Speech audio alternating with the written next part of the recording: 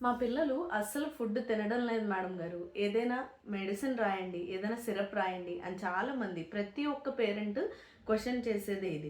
మరి వీళ్ళల్లో ఆకలి పుట్టాలంటే ఈ అపెటైజర్స్ ఎంతవరకు పనిచేస్తాయి అంటే, మార్కెట్‌లో చాలా రకాల అపెటైజర్స్ అనేవి ఉపయోగిస్తూ ఉంటారు. కానీ దీనివల్ల పిల్లల్లో ఏ మాత్రము ఆకలి అనేది పుట్టదు.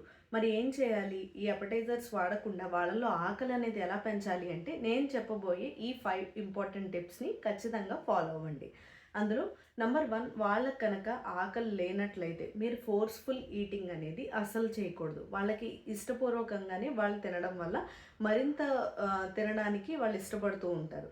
నంబర్ 2, కొంతమంది 2 ఇయర్స్ వచ్చినా సరే ఎక్కువగా పాలనేది పట్టిస్తూ ఉంటారు. ఇలా పాలు పట్టించడం వల్ల వాళ్ళు ఇతర ఆహార పదార్థాలు తీసుకోవడానికి అంటే ఫుడ్ తీసుకోవడానికి అస్సలు మొగ్గు చూపరు. నంబర్ 3, ఫ్యామిలీ ప్లేట్ అంటే మీరు తింటున్నప్పుడు మీ పిల్లలకి పక్కనే కూర్చోపెట్టి తినిపించండి. ఇలా తినిపించడం వల్ల మనం తింటున్నప్పుడు వాళ్ళకు కూడా తినాలి అని చెప్పే కోరిక అయితే ఖచ్చితంగా పుడుతుంది.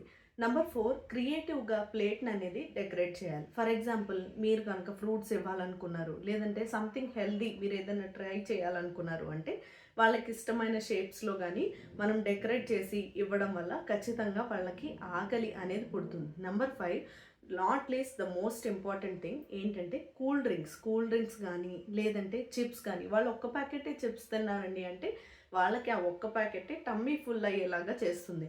నూడిల్స్ కానీ సాఫ్ట్ డ్రింక్స్ కానీ ఇలాంటి బర్గర్ కేక్స్ ఇలాంటివి అస్సలు ఇవ్వద్దు. దీనివల్ల ఎపటైట్ అనేది తగ్గిపోతుంది కానీ అస్సలు పెరగదు.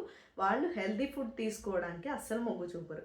సో ఈ 5 ఇంపార్టెంట్ టిప్స్ని 1 మంత్ పాటు ఫాలో అవ్వగలిగితే ఈజీగా వాళ్ళ ఎపటైజర్స్ లేకుండా పెంచొచ్చు. కానీ హోమియోపతిలో బెస్ట్ వే ఆఫ్ ట్రీట్మెంట్ అనేది ఉంది. మీ పిల్లలకు కనుక ఆకలి లేకపోతే నాకు మెసేజ్ చేయండి. నేను మీకు ఖచ్చితంగా హెల్ప్ చేస్తాను.